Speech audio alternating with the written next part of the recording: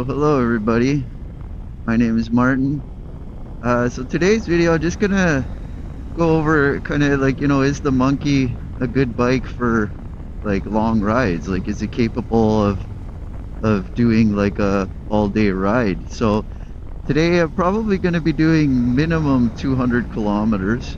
Um, so just kind of leaving home now, and I'm just gonna go through the journey of, how is this bike on like an all-day ride, and is it capable of going on some secondary roads with higher speed limits, stuff like that, like how the bike performs. uh, I really like these little mini motos because they're kind of part of the appeal is, riding this kind of underpowered momentum bike where you're just kind of, accelerating before you see some hills and stuff like that. I'm going to try and capture some moments on some higher speed roads, and we'll see how well this bike performs on those secondary roads. But I usually, when I go for a ride on this bike, I kind of pick my routes where, there's a lot less traffic. Um, so just so I'm not trying to compete with keeping up speed with cars on my butt and stuff like that. So, I just try and pick my route, just stay off the main roads, like not just main roads, but also, lots of traffic. So I just want to stay away from traffic, basically. Uh, and these back roads, like kind of like this, there's hardly any traffic. This happens to be pretty low speed road. I think it's 50 km/h speed limit, so it can very easily keep up with traffic at these speeds. But on these, I am going to have to take some kind of more major roads that are going to have a little faster moving traffic, and we'll see how it does. Right, so here we are, a little bit busier road. Actually, not too busy today. I hope you guys hear me okay, because it's a little bit windy going this speed, but this is a 70 km/h speed limit. I'm doing 77, so right around 80. I'm doing 80 right now. So I guess this is kind of the road sometimes you find yourself on, no matter how you try and pick your routes. Sometimes you gotta hit a little section. This particular road goes over a highway I need to pass, and then once I get over that highway, pretty much in the clear to just back country roads that are totally empty. But yeah, I got no problem maintaining 80 km/h. I mean, right now I'm doing 85. Let's see how fast we can go here. We can go, so there's 90. So maintaining 90 is not a problem. 90 km/h, that's a pretty good speed to keep up on any kind of secondary roads. And if somebody behind me doesn't like it, they could just wait, or they could pass me. But in this case, in a 70-kilometer zone, I mean, I'm well above the speed limit, so I don't think, there's a car behind me, but it's pretty far back, so I'm actually going faster than that car. But yeah, not a problem. It's pretty capable. I never really find myself in trouble with this bike unless I'm going up a hill and it's really windy and the speed limit's 80 km/h. And I find those more busy roads, everybody's driving really fast. So, it's, let's say, 80 kilometer speed limit, and people are driving, like 100, 110. Yeah, at that point, it's not very comfortable, and you're holding up people, so people get pretty mad. But for the most part, again, I just plan my routes. I take some back roads as much as I can, and the rest of this ride, after this section of passing the highway, is actually very pleasant. When I'm out on the Monkey, I just kind of take my time and just tool around. But here you can see I'm actually catching up to some cars, so I'm doing 88, 90, around there. And there's a couple of roundabouts here, or traffic circles. So really no problem maintaining with traffic at all. Like, so pretty capable. I don't really have an issue. One thing I will notice, one thing I do notice actually is the fuel economy when you're going, you're basically almost full throttle all the time when you're driving, 80 kilometers per hour, 90 kilometers per hour. Um, but I do notice that the fuel economy definitely doubles. So if you're riding around in like 70 kilometer zones, about 70 or 60 kilometers per hour and less, it does achieve, that advertised whatever 150 miles per gallon or whatever it is. I use about a liter and a half per 100 kilometers um, at high speed, or sorry, a low speed scenario. So like in city and town and stuff like that. But the minute I'm going like, maintaining 80, 90 kilometers per hour, I'm using double that fuel. So I'm probably in the, 2.5 liters per 100 kilometer area. So just something to know, which is still fantastic. Like I think my other bikes, bigger bikes, they use like minimum 3.5 liters, typically around 4. My other one uses about 5.5 liters per 100 kilometers. So pretty much like a really fuel efficient car. So you're still getting kind of double better mileage on the Monkey, but that's at high speed. So once I get through that section, we'll come back and see some more higher speed riding and what that's like, and maintaining some speeds on some hills and stuff like that. All right, so here we're on a back road. Uh, I've got like about 100 kilometers of this to do, so I'm about 85 kilometers into this little road trip for today. Should be totaling around 250 kilometers. So this road has a speed limit of 80 kilometers per hour. Right now I'm showing 88. So no cars in front of me, no cars behind me. This is kind of like one of those really boony, empty roads, country roads. It's really nice. This is kind of the routes that I pick when I go out riding. With the Monkey, it's pretty non-eventful, kind of really relaxing to just, look around and see all the, all the sightseeing. These crops are all dead here. We've had quite a bit of a drought, and basically all summer. So everybody's crops seem to be dead. But anyway, so yeah, let's see what kind of speed we can get going up here. Just gonna hit this stop sign. Good opportunity for a little bit of a speed test.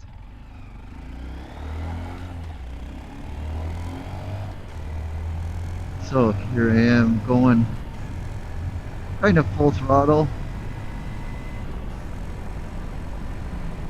We're doing 80 already. So speed limit's 80 here. So this is, right now I'm showing 90. This is kind of very slightly uphill. Let's see what I can get fully tucking. Tucking makes a really big difference. Now we're going 97, 98, 99. So right there we hit 100. So that's probably a true, actually I'm hitting 102 or so. That's about 95, 96, 97 actual kilometers per hour. You can see right now I'm doing 100. I'm going to stay full throttle and sit up. And you can see I'm kind of maintaining speed, 98, 97. So it's interesting how much aerodynamics really plays a role in how fast you can go.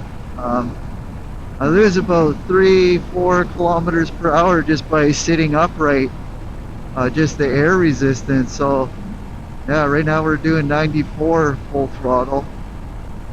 It seems like 90 it'll cruise all day kind of, but anything over that you're kind of, you know, uh, you're subject to the terrain and the wind. So I'm going 92 right now, but again, if I tuck down, 94, 95, 96, 97, 98, 9, 100.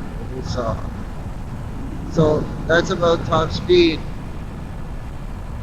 And again, like if you're going downhill and you got a little bit of backwind or something like that, I've been up to like 105, and everything seems a lot more effortless when you get to that speed. So but it's basically based on, you know, hills and wind and all that kind of stuff. But it's not bad. It holds its own. It's you know, definitely can keep up on these roads, 80 km/h zone. This is going to be a little bit of a busier street, but let's see how it does on a little more busy street. I've never really had a problem keeping up with traffic, um, even in these 80 km zones. Oh, this is actually a 50, kind of technically speeding. So you could still get a ticket on this thing. But yeah, it's very capable. So like, you know, I go quite often on day trips and stuff and back roads like this, and I find it, you know, I really enjoy riding in these situations. Kind of fun. Here we're at 80 km zone now. So you can see I can pretty easily cruise 90, actually catching up to this dump truck here in front of us. It's showing 88, but these speedometers are pretty notorious for reading 5 kilometers over. So my true speed is always 5 km/h less than indicated here. But yeah, it's a good idea, but the performance of the bike, it's no problem doing day trips, no problem being on side roads like this. You know, you could very easily do a pretty long trip. Find it very comfortable, like the seating position and the seat and the bars and just the triangle. And I'm pretty tall, I'm 6'1", 6'2", and I got a very long inseam, but I don't feel crammed on this bike. I actually feel pretty comfortable. So it's, I mean, just like a full-size capable bike, although you are playing that kind of momentum game, you know, in different scenarios, with basically hills and wind and stuff like that. But here again, like I'm accelerating, I backed off this dump truck a little. I'm going 93, 94. I'm sitting upright. So we're getting a little bit of a different result here, because now I'm sitting up and I'm doing, you know, 97. But now we're going like a very slight downhill. And that's all it needs to, so right now I'm doing 100, going on a slight downhill, actually 102. But now going up this hill, I've already lost, actually maintaining 101. So not really holding anybody up. I mean, the performance is pretty good. I'm cruising down this road at 100. You can't really complain about that. For a little 125, a little tiny monkey, it does pretty good. Quite surprising, actually. Like, that car behind me is not really tailgating me. Oh, he's kind of coming up on me. This is full throttle, so now we're going up a hill a little bit. You can see I lost about 5 km/h. I'm doing 96. But I think that's adequate. Like, you know, as long as you're not holding up traffic and you got cars on your butt, you know, that's kind of an uncomfortable situation. But this is, I would say, a little more busy secondary road, like as opposed to the one I just turned off of. But yeah, I got really no problems doing this all day. And I only have a couple roads like this on my route that, are any little bit busy or, more cars on them. But really main through kind of secondary highways, with, again, speed limits of 80 kilometers per hour.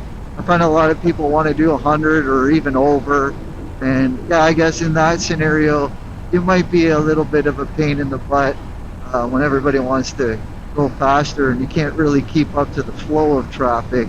So that's kind of, I don't like being in those situations too much, but luckily I'm not really in those situations.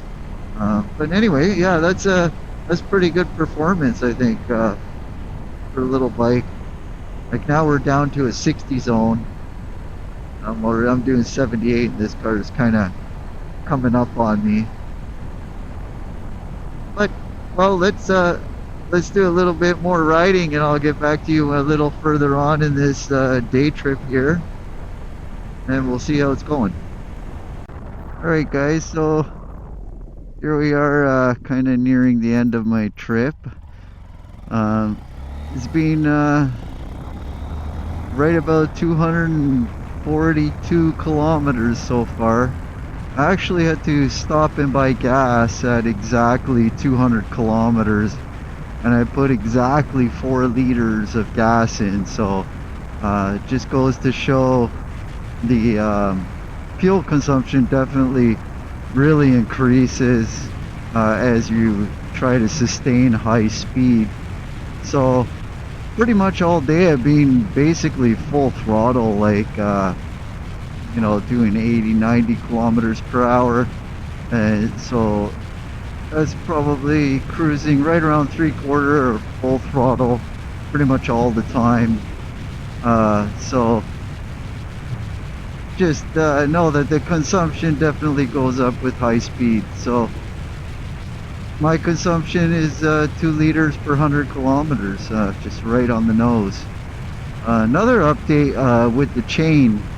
I don't know if you watch my other videos, but I did have chain issues, and I did swap out the chain to an X-ring chain. I don't notice any difference in top speed with a sealed chain, like an X-ring chain.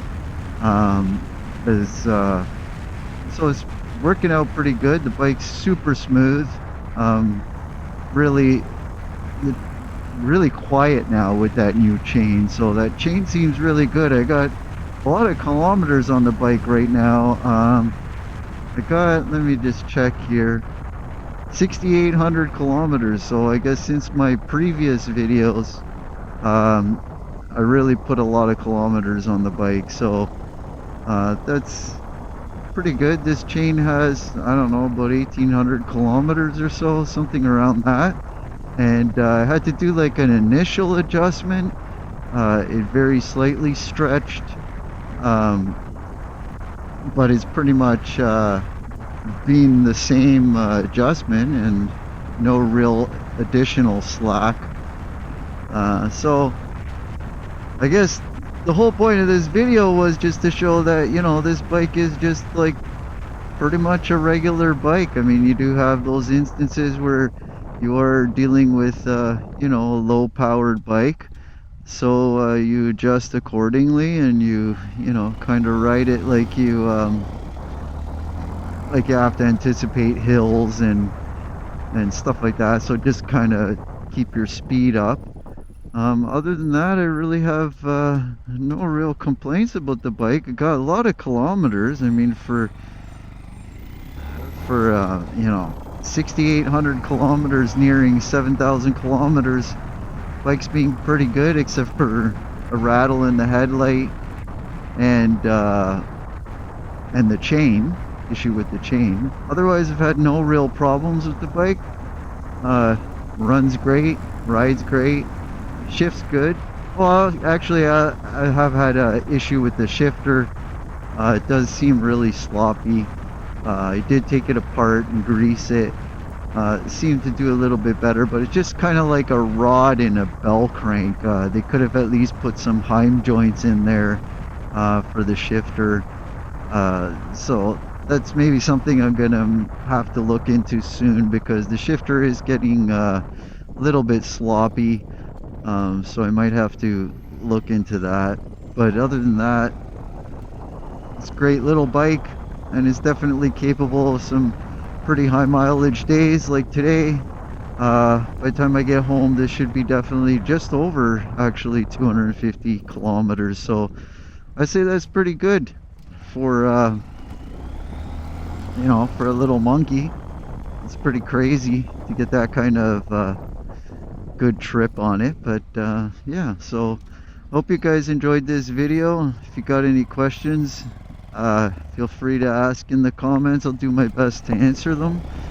And until next time, I'll see you guys later. See ya.